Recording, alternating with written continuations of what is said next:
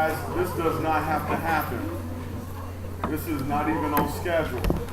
So I'm breaking protocol in this. So what I need is that you guys stay quiet.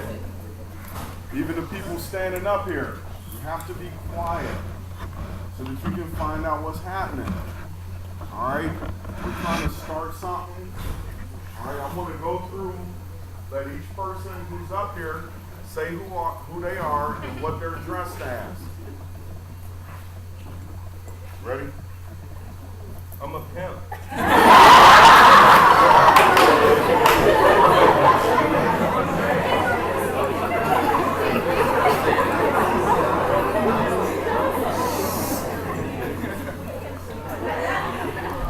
All right, they didn't hear you now. All right.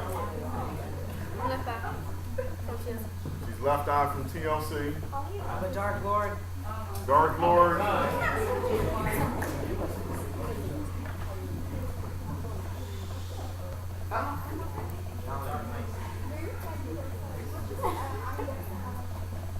All right, so they're biker girls. I just put Shay's Pocahontas. Faith is a hippie. Timothy's a coach. Ray is a basketball player. You got Bob Marley.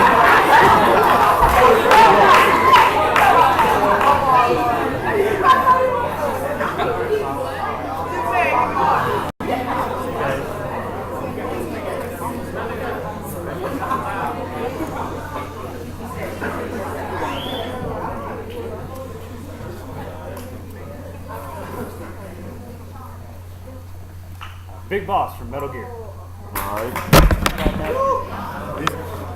So you got Scott, who's Big Boss from Metal Gear. Metal Gear. And I'm a redneck. Clayton said he's a redneck. Step to the front. Hold on, y'all. Be quiet, be quiet. All right, we got Harley Quinn, Mallory. I'm a bunny. Lashana's a bunny. Hannah's a kitty. Come on, Daisy. Daisy's a pirate. I'm a vampire. And Olivia's a vampire. Emily is...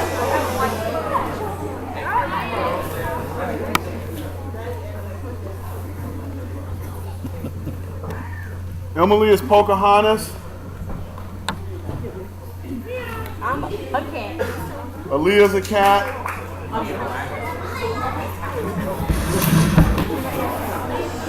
All right, I've already said who you are. I can control some of that.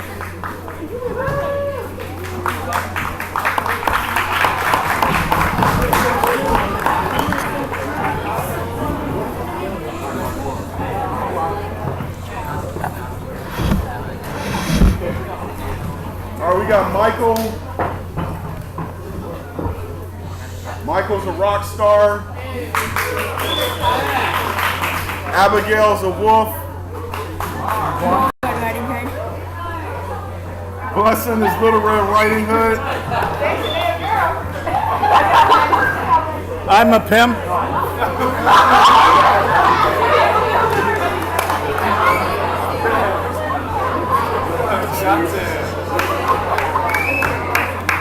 If people weren't so busy talking, you would have really heard the joke that Dr. J just said.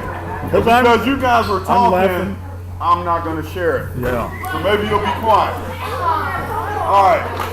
That'll teach you. Serenity, she's a dark elf. Jana's the victim of Desiree's the Bride Reaper. Yeah. Hey y'all, I'm Harleen Quinzel. If you see Mr. J, let him know I said hi. All right. Harley Quinn.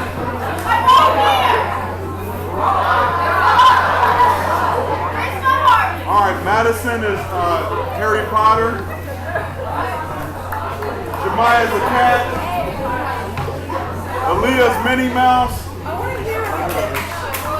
I'm the scariest thing up here. Student loans.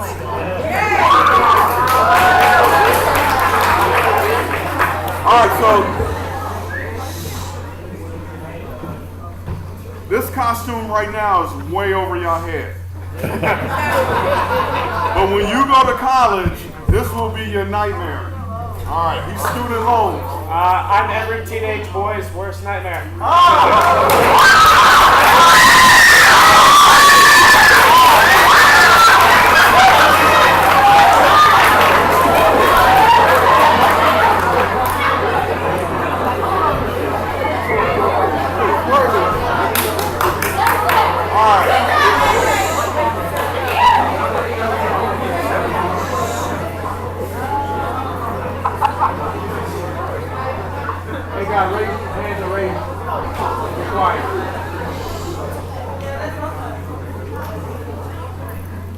All right, George is the Martian from Looney Tunes. I'm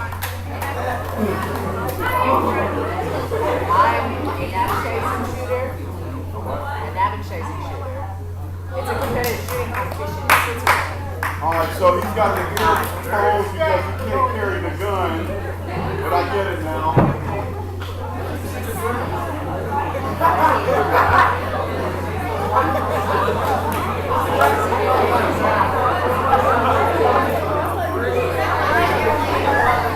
All right, the last one.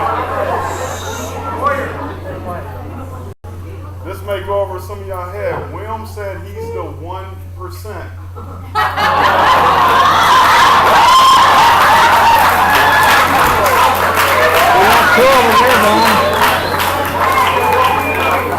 Call him in for special.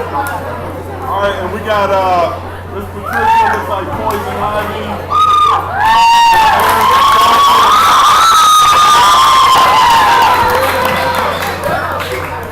And for those of y'all that didn't see me this morning, when I had all the candy, Rhea got it. I was the candy man. And for those of y'all that didn't get Dr. J's joke, he said he was a pimp. What's so funny? That's not funny.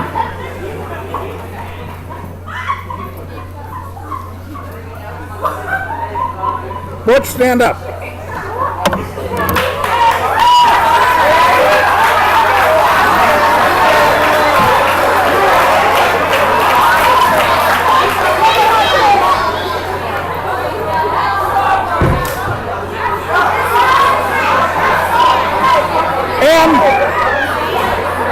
Stand up, Ann.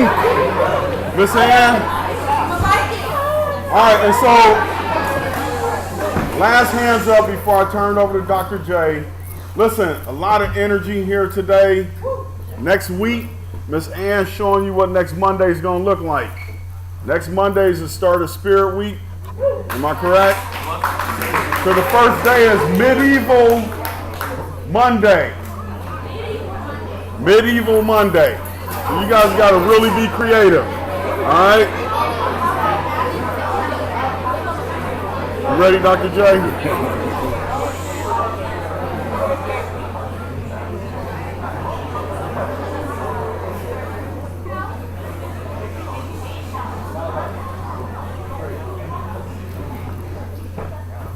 All right, today you guys have fun, be safe tonight.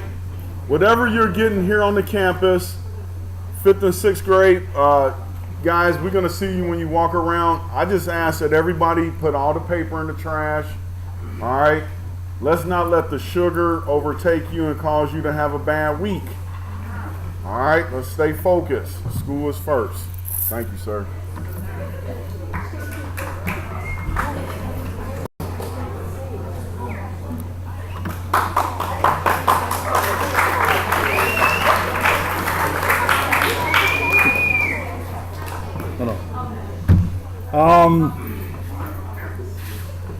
Because of all the levity, I'll skip the jokes. We're gonna do a question answer session.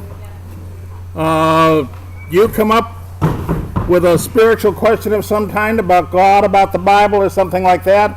We'll have a general forum on it. Now, let me give you some basic rules if you haven't done this before.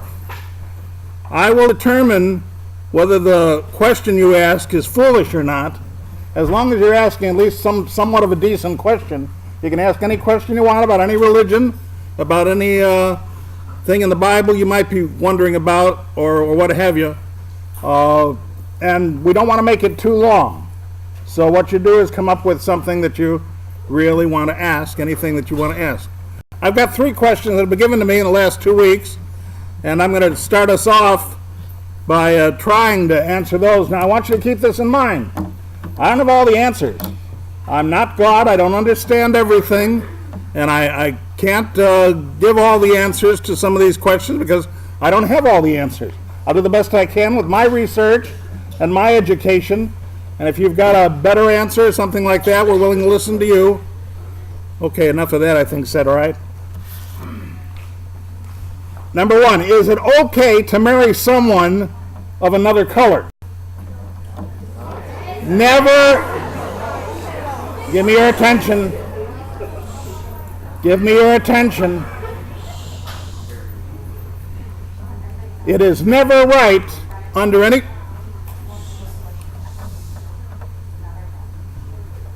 We're going to listen to me speak in a minute if you can't handle this. It is never right to answer a question or ask a question based on the color of skin or based on a race. We all have the same blood. We all live and die the same way. Now the differences that come between people, as far as I can ascertain or conjecture, let me define conjecture. Conjecture is taking what we understand of some knowledge and putting it in an answer to what we are trying to reason out. And God has made it very clear, come now and let us reason together, saith the Lord. We have a right to reason, that's why you've got a mind. Now when it comes to someone of another color, as far as I can conjecture, I told about the story of the Tower of Babel. That's when the people scattered into the different worlds and into their own languages, where God scattered them because they became too proud, and he put them in different portions of the earth, and then the peoples came to be. So up until that time approximately, people intermarried, and there was no problem in the intermarriage, which will also answer some of the second question. The intermarriage was allowed, and there was no difficulty in division. But color is not to be ignored. So it's very important when you determine where you are. Let me go back a little bit. One of the reasons that God has been so distinct about races and religions is because he wanted to keep his religion pure. He wanted to keep his 10 commandments straight. He wanted to make it sure that he was the only God, and what happened is when they created the Tower of Babel, and when they had gone with Noah and all the rest of the problems that existed, people started to worship all kinds of gods that they made up. Mythology gods, all sorts of gods with all kinds of religions and all kinds of rules. What God wanted to do was ascertain and keep together his people, which were primarily the Israelites. So what God was trying to do was keep his people together. And he's always, throughout history, had to work at keeping his laws and his rules away from those that were polluting it or changing it for their own sakes. Today we've seen people change and pollute religion as much as they've changed and polluted it down there, so that his rules have not been followed. The person of a different color is no different than you are. And do you have the right to marry someone of a different color? The answer is yes. Now you have to ascertain whether scientifically and health-wise that's something that works, and then you have to answer questions like, what kind of religion do they have? And you have to ask yourself honest questions like, how am I socially affected by where I live, and how does it socially affect my family? These are questions that you've got to ask and answer, and of course the two of you should answer that together, and then there is no barrier to what color you marry. The understanding is, however, that you should be socially honest with yourself and who it is you're going to marry and why, hopefully for the sake of love and hopefully for a better worship of God, and then what kind of religion they've got, what kind of culture they've got. You ask all the basic questions. There's nothing wrong with marrying somebody of a different color, there's a lot wrong with marrying somebody of a different faith because you're going to have problems. So the point is, you should sit down and honestly ascertain, does it make sense to marry this person? But the answer is yes. You can marry somebody of a different color. Question number 2. Who was Cain's wife? Now, I guess that question comes from my talking to you about Cain and Abel, and that's a good question. It would seem that from the Bible scripture that we can ascertain, Adam and Eve had many more children besides Cain and Abel. In fact, that was part of their job, to be fruitful and multiply.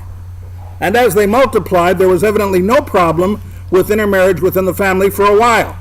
So Cain either married possibly his niece or his grandniece, or even possibly his sister. There had to be some intermarriage there, and during that time there was no problem as long as the population was not great.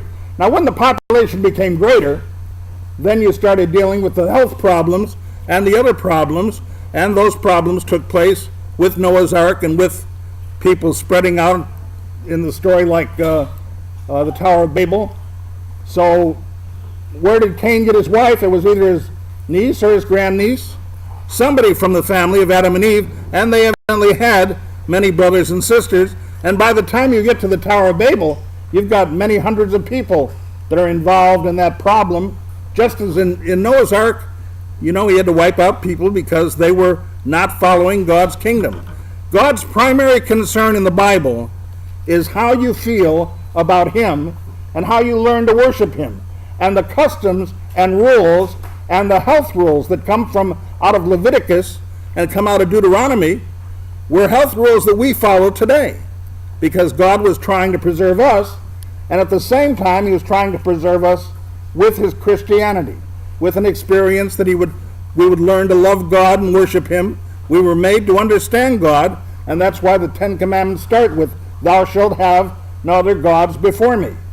Every time that God dealt with his people, or every time that God dealt with others in the family of Adam and Eve, or any other family that he dealt with as they grew, he was dealing with trying to preserve their understanding of their faith in him. And he spends his entire existence up to today. If you read the entire Bible, you'll see how God is spending his existence helping you to understand who he is and how to get closer to him. And there aren't 13 or 166 Hammurabi rules, or as in some of them, 667 rules. You don't face that. You face with God the 10 Commandments, which from the very beginning he tried to ascertain, and he continues to try to ascertain today. And even then, when Jesus was around, as you know, he insisted on explaining that there were actually only 2 rules: loving the Lord your God with all your heart, soul, and mind, and loving your neighbor as yourself. The first 4 rules deal with you working with God. The last 6 rules deal with you in your social life. Thou shalt not steal, thou shalt not commit adultery, thou shalt not covet thy neighbor's family or property or what have you.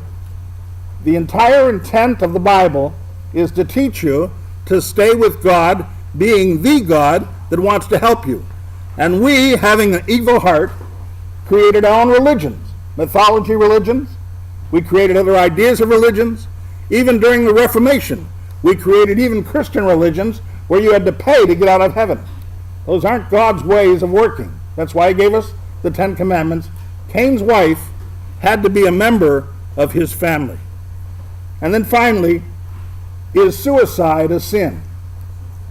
I pray to God that none of you are thinking about suicide. I pray that you don't put yourself down to the point that you think you might as well get rid of your life. I'm praying that that's the case. If it is the case, you don't know how valuable you are. You are underestimating yourself, you're underestimating your value, and you're making yourself of no worth to God, and that's not right. You are not only worth everything to God, but if you had been the only person on earth, Christ would have died for you. And according to Jesus, what shall it profit a man if he shall gain the whole world and suffer the loss of his own soul? Let me make this clear. You, individually, your name yourself, you are worth more than the entire worth of the world.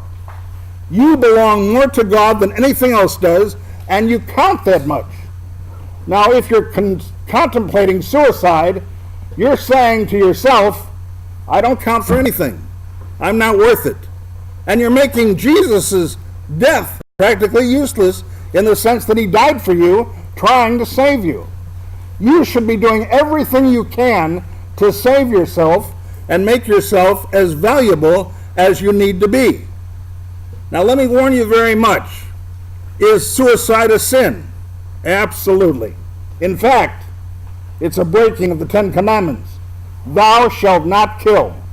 Suicide is a self-murder, where you're killing yourself, and you will answer to God for that.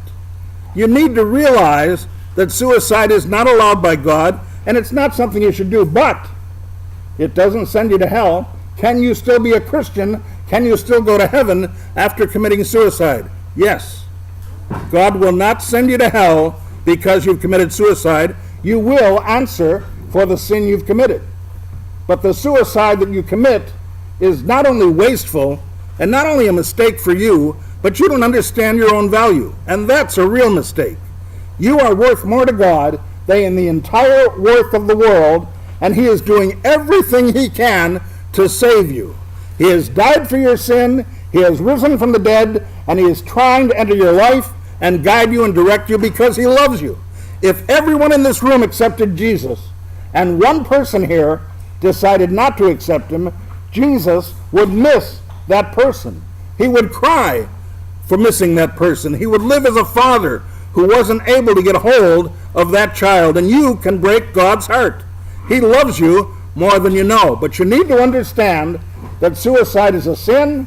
It is not allowed by God, and the Bible is very specific. God decides who lives, and God decides who dies. You have no right there. You have no opportunity to get in the way of it or in the middle of it. And then second of all, you are so selfish, because there are people, whether you like it or want to believe it or not, who are going to miss you.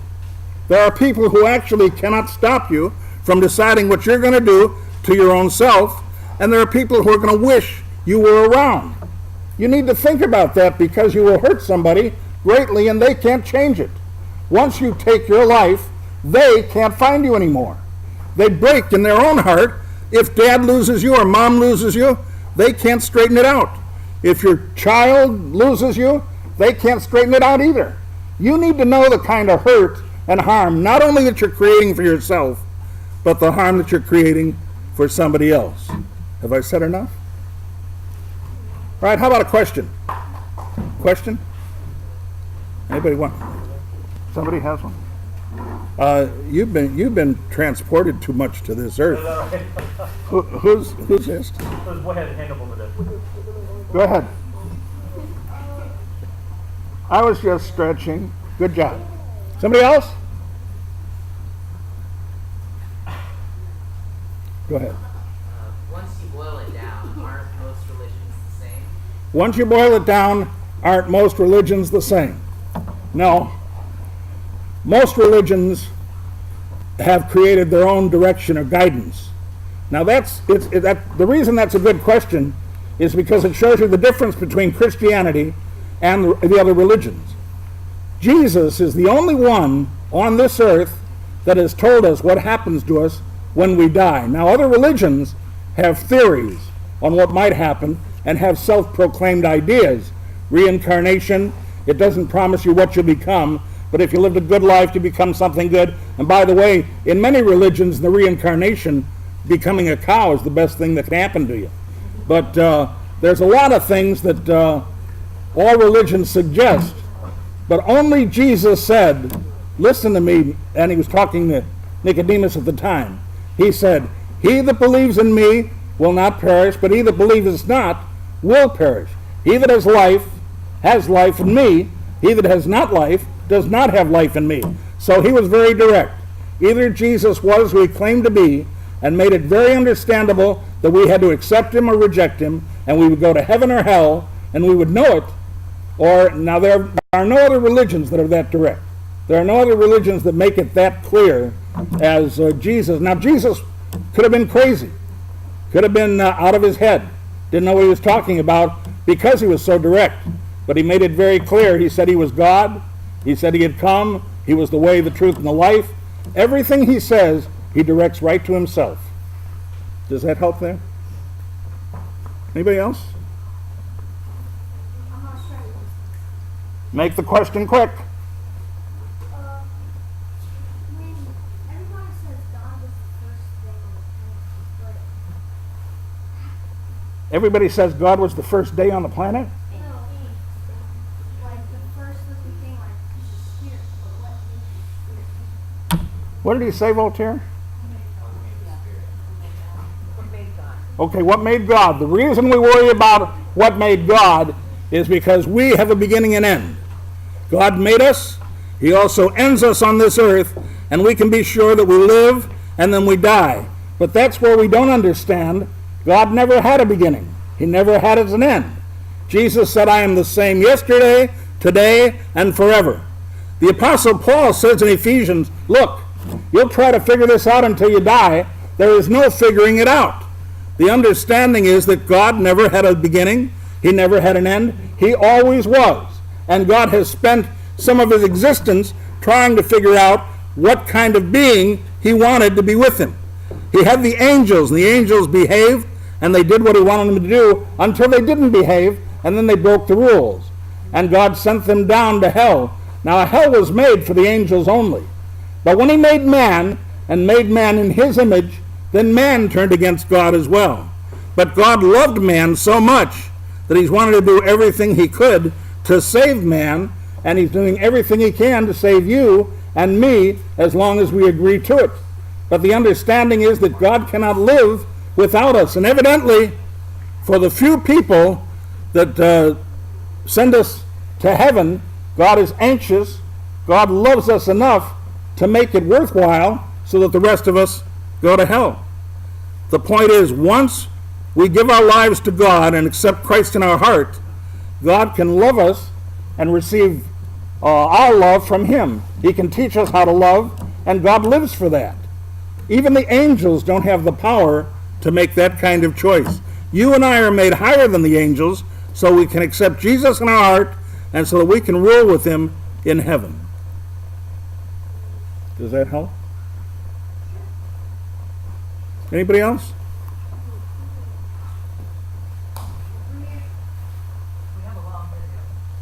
We do? All right, let's show it then.